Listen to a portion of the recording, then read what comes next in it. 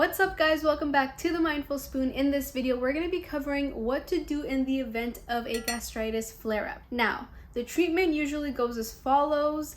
This is medically, by the way, but you are usually given a PPI or a proton pump inhibitor. I had a lot of trouble saying that for some reason, I still am. There's usually a suggestion within changing your meals, changing some things about your dietary needs, but in my case at least, that was not necessarily something that was provided to me by my doctor. Now, I am not a medical professional. This is not any type of medical advice, but I just finished my holistic nutritionist certification and I wanted to cover some key points and key things that have really helped me in my flare-ups. I have had multiple flare-ups. I've had gastritis go away, I've had gastritis come back, and I have a couple of things that I have gathered that I really want to share with you today. 3 of the top things that I'm going to be starting off with right off the bat is things that I found from this medical study. And it's all about the association of symptoms with your eating habits and how that can lead to chronic gastritis. It's a really interesting study. I can leave it down below if you're interested in that type of stuff, but right off the bat, keeping an eating schedule is one of the things that you really want to keep in mind, because a lot of times the people that are diagnosed with any type of gastritis, whether it's acute gastritis or chronic gastritis, they usually don't have any type of set schedule when it comes to their meals. And one of the things that we studied within our holistic nutritionist certification was they gave us clients, and one of the clients that I received actually ended up having gastritis, and that client had a lot of graveyard shifts and worked overnight a lot, and a lot of the things that he ate throughout the night were things that were quick and something that he can easily just consume before he can get back to work. He was the only one working on the job, so it was just something that was really stressful for him. So there was a stress aspect, there was like very low nutritional value in the foods that he was eating. So with that said, keeping a set eating schedule is something that can be hard in the beginning because it's a habit that you have to really try to practice every single day, because you do eat every day after all. So having around the same times where you're eating breakfast, lunch, and dinner can really help you out. One of the things that I noticed when I had a lot of acid reflux and I had a lot of gastritis was eating late at night right before going to bed really affected me, because again, I still had that food in my stomach. I went straight to bed. There was nothing, no digestive motility, nothing that was making me kind of burn off those calories aside from me sleeping. I kept that food in there, and if it was heavy food, it would be worse. My morning reflux would be worse. So again, this is just another example of why setting a set schedule for your meals is really important. Number 2 is eating too fast. Now, I've never personally had this problem, but I have heard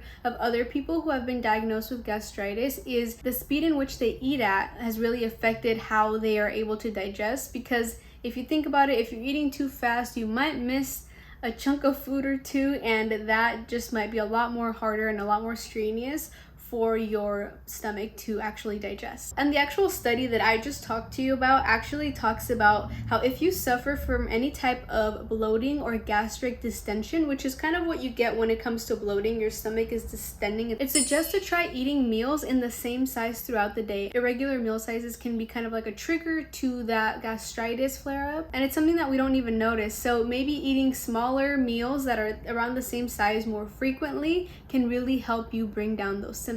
And if you read the results tab of this study, it pretty much mentions that the majority of patients, which was 58%, reported that their symptoms were related to dietary factors. 53% reported that they were eating too fast. 29% reported that they had irregular meal times. 28% also had the habit of eating leftover foods. I forgot, number 4 is also part of this study. I took in a lot from this study because I found it very similar to my experience in the past and from what I've heard from other people as well. But really trying to assess the trigger foods that you have now and the trigger foods that you have had in the past, and trying to see whether removing those for at least a couple months, maybe a couple weeks in the beginning, seeing if eliminating those will make a difference. And what's really cool about this study is that there are types of foods that have a connection with the symptoms. So if you look at this image right here, stomach aches are usually associated with fried foods, irregular meal sizes, barbecue meats, pickled foods, snacks, sweets, sour foods.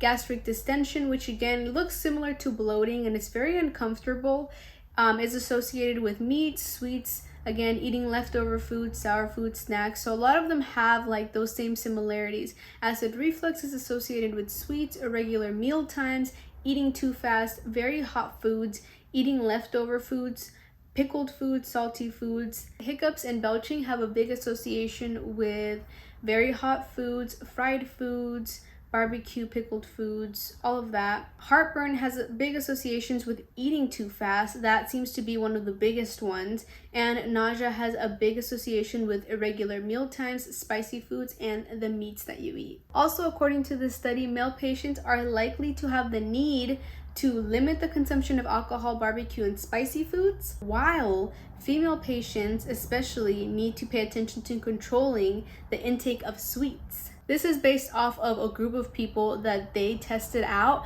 However, this can be very different. I know for me, I found that spicy foods really hit me before sweets would. This all goes back to it being sort of like an individual case-by-case basis. But it's interesting to see that gastritis has a commonality with these symptoms, right? Tip number 6 is to create a meal plan. Now, this can be a little bit difficult for some people because it all depends on how willing you are to really follow the meal plan and what things may help you. Maybe for some people, it might help them to just simply go to the grocery store and pick certain things out that they know will feel good eating them. For other people, it will be to create a whole meal plan, a whole recipe plan. It all depends on how you're feeling and whether you want to take a road where you're really guided through step by step or where you have more freedom. Speaking of meal plan, I also want to take this time to talk to you about the guides that I have down below. One of the guides is actually completely free and it is called Reset Your Stomach Lining. It gives you a little bit more information about these types of diseases, these types of symptoms that a lot of people get when it comes with gastritis, and some of the things that I personally started doing within my day that have really helped me out. Again, creating a meal plan is amazing because it really helps you avoid your trigger foods. It helps you maintain a healthy acid balance in your stomach, and for a lot of people, it can really help them shed excess weight. Tip number 7 is to take walks after meals. Now, this always reminds me of this one time I was in so much pain after eating, I believe it was Mexican food.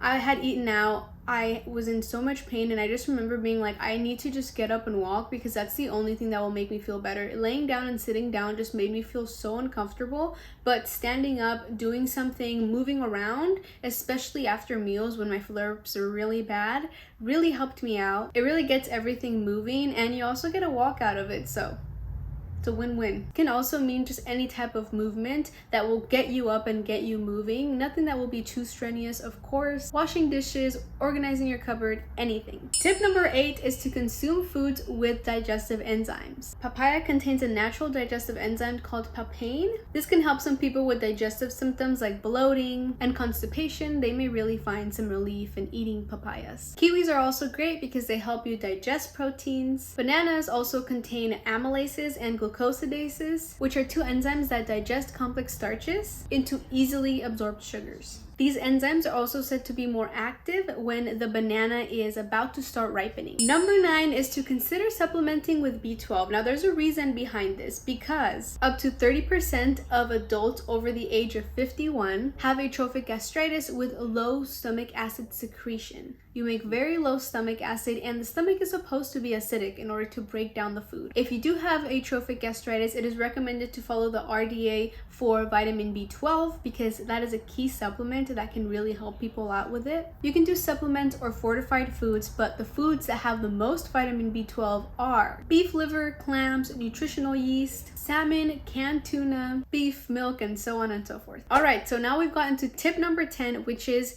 to treat this as a complete lifestyle change. I know for a lot of people it can be very hard because you've lived a specific way for so long. In order to make these small habits and change all these things at once can be very hard. So I always just recommend to start little by little, whether it's just to start having more frequent smaller meals, or maybe the only thing that you can prioritize right now is to create a set eating schedule. If you feel like creating a whole schedule is a little bit too much for you right now, then maybe trying to just slow down the eating for a little bit or eat in a more comfortable environment, something with not too much distraction, nothing that's too much that's going on. But as we've said before, the diet and meal plan you follow is just as important. This is how important it is. Now, if you look at this study, people with gastric cancer were set to follow these dietary guidelines. And after a year, there was a big improvement in their mucosa, which is the thing that lines the gut. It's supposed to be mucousy, and the flaky red spots that were once there have now disappeared. Now again, I don't know if you've heard this before, but going the natural route is usually something that will take a little bit more time because it's not as intensive, but in the long run it will provide you with tons of benefits and improvements, not only physically, not only in how you feel, but just mentally. Those have been my 10 tips for today. I hope you like them. I tried to make them a little bit different from what I've usually talked about. Feel free to watch any of my other videos. I have been doing this for quite a bit, so I will be providing a playlist for you if you want to start from the very beginning of the videos that I have talked about gastritis. It's not the coolest topic to talk about, especially when you have the flare-up, but once you're feeling a lot better, you just want to share it with the world. So I hope this helped you out. Check out the guides down below. There's a free guide also down below. Don't forget to like this video, comment, and subscribe down below, and also follow us on TikTok and Instagram, where we post recipes and just different tips and tricks that you can add to your routine. See you on the next one.